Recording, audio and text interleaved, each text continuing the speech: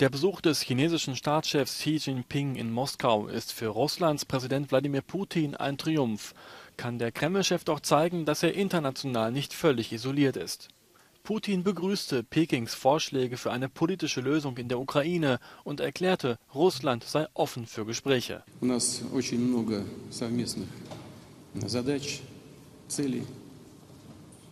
Знаю, что вы лично, все наши китайские друзья уделяют развитию российско-китайских отношений большое внимание. Обсудим, безусловно, все эти вопросы, в том числе и ваши инициативы, к которым мы относимся, безусловно, с уважением. Мы всегда открыты для переговорного процесса. Moskau misst vor allem den informellen Gesprächen große Bedeutung zu. Dort sollen die wichtigsten Fragen geklärt werden. Dies dürfte vor allem den Krieg gegen die Ukraine betreffen. Xi Jinping ist noch bis Mittwoch zu Gast im Kreml. Ukraine is well positioned to regain the initiative and to launch counteroffensives in critical sectors of the current front line, says the Institute for the Study of War, adding that ongoing Russian offensive along the Svatove-Kreminna line around Bakhmut and along the Avdiivka-Donetsk city and Vuhledar front lines have failed to make more than incremental tactical gains in 2023.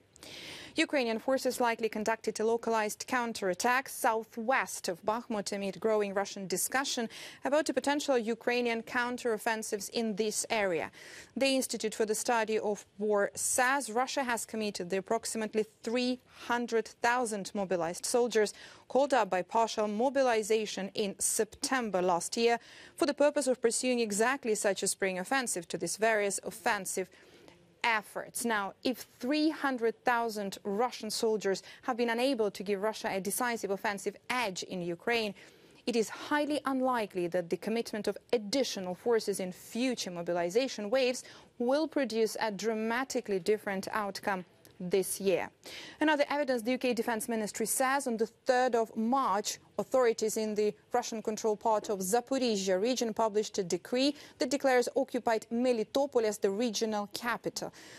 Russia has never occupied Zaporizhia city, a major industrial center of 700,000 people, which is approximately 35 kilometers from the current front line.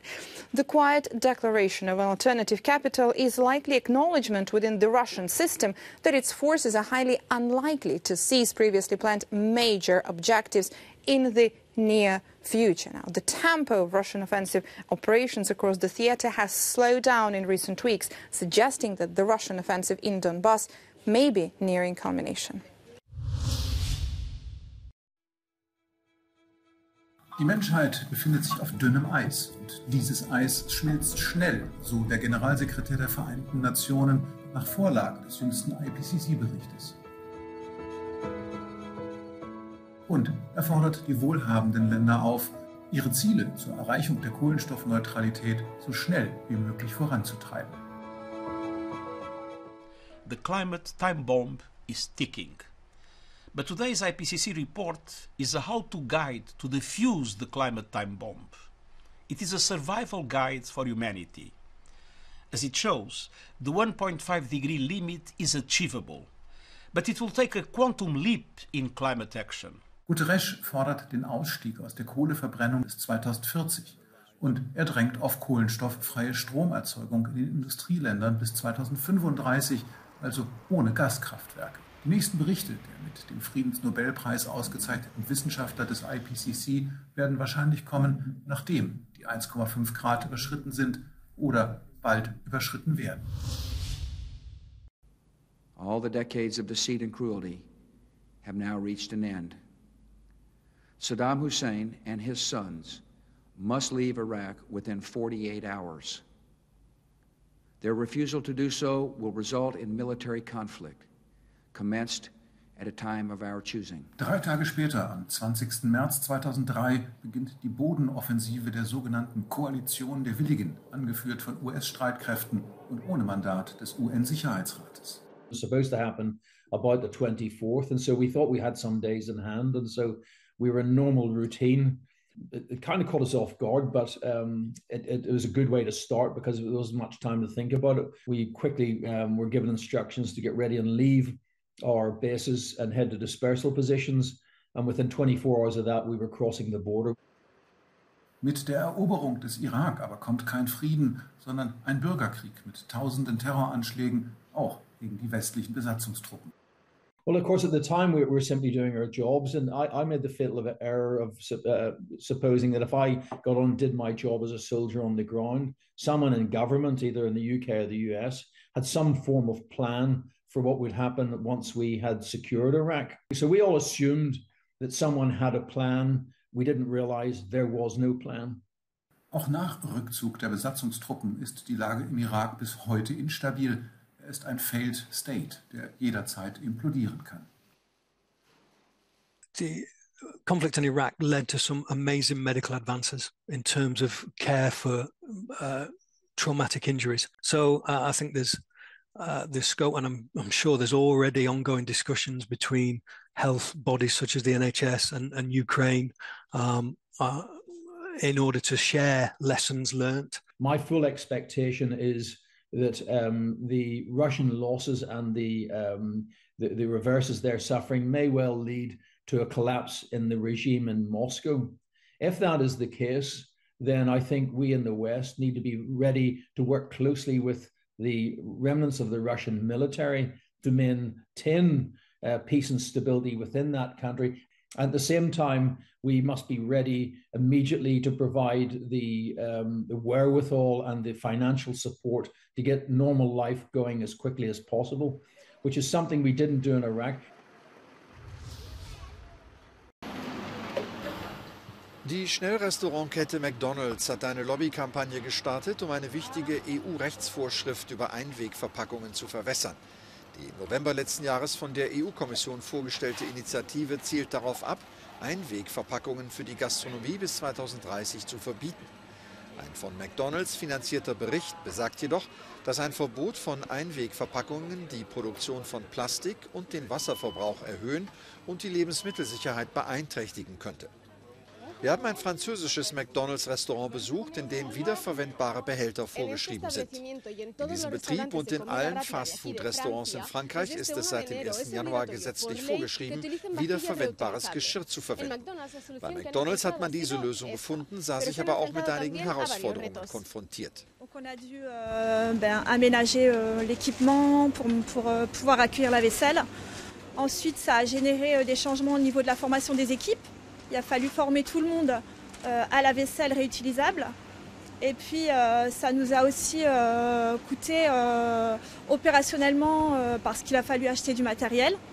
Et du coup, ça a généré un coût important au niveau de la plonge pour l'aménagement de tout ce qui est appareil de lavage, de séchage et d'entreposage aussi. Fastfood-Restaurants, zu denen große Ketten, aber auch der Dönerladen vor Ort gehören, wollen sowohl Mehrweg- als auch Einwegverpackungen kombinieren und das Recyceln verbessern. Für Zero-Waste-Organisationen hat das Recycling jedoch bereits seine Grenzen aufgezeigt, da sie der Meinung sind, dass der beste Abfall der ist, der gar nicht erst entsteht. In our view, and in the view of many of EU officials as well and citizens, the question is how we transition towards reusable packaging, working as a system with a shared infrastructure, something that can help actually businesses to cut on the waste generation by having a system that works well, that is safe. Laut Zero Waste Europa produziert McDonald's in Frankreich 115 Tonnen Verpackungsabfall pro Tag. Während Frankreich der EU-Gesetzgebung voraus ist, bereitet sich die EU nun auf eine Debatte vor, die vor allem durch den Druck der Fastfood-Ketten beeinflusst werden wird.